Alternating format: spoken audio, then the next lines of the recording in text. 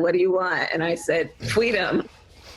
Well, one of the vice president's favorite stories doesn't appear to be hers. It looks like she plagiarized it from a well-documented Martin Luther King Jr. story. Yet another Kamala attempt to rewrite her own history in an effort to court black voters. Let's bring in L.A. County Republican Party Chair Siaka Massaquoi and Fox News political analyst Gianno Caldwell. Welcome to you both. Thank you. I want to play this. I'm still stunned by it, and y'all might be as well, but this is Joy Reid talking to black voters. You're going to look real crazy being on the other side of that line, particularly as a person of color, but really as anyone who claims to have any connection to the culture. You're going to look real weird and real lonely on that side. I mean, Siaka, it's embarrassing to say to yourself, much less on public, on video. It's actually super insulting. First of all, thank you for having me here. Of course. But I would like to throw a question out to a lot of black Americans watching this. Aren't we just sick and tired of being insulted like this? Every February they throw out Martin Luther King about content of character, not color of skin, but yet every election cycle, you better or you're not black enough, or as Joe said, you're not black if you don't vote.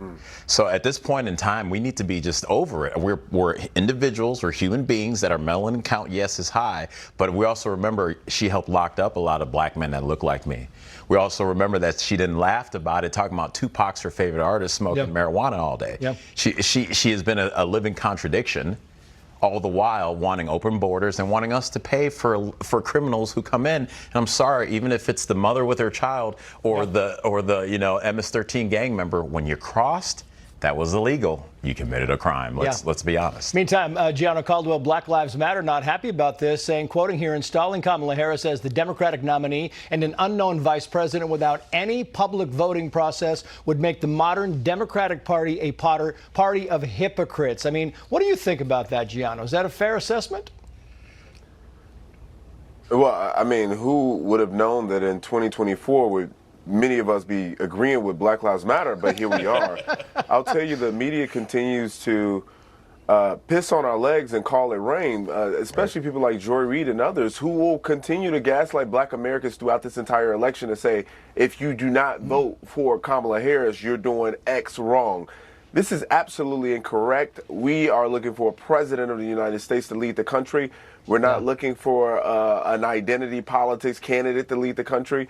And that's what black Americans are going to be facing this election cycle. They know that they've been bleeding black voters under Joe Biden, and Donald Trump has been gaining them. He's been going into those communities and looking to get those folks onto his side. They need to do the real work, and they've not been doing that for decades. They've been failing our community.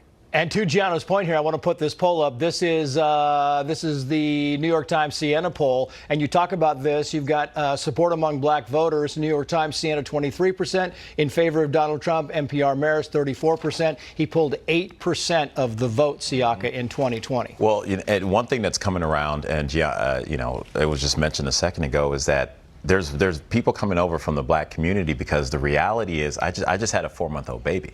The reality is we want to be able to buy a home. We want to be safe to buy a home. We also want economic opportunity.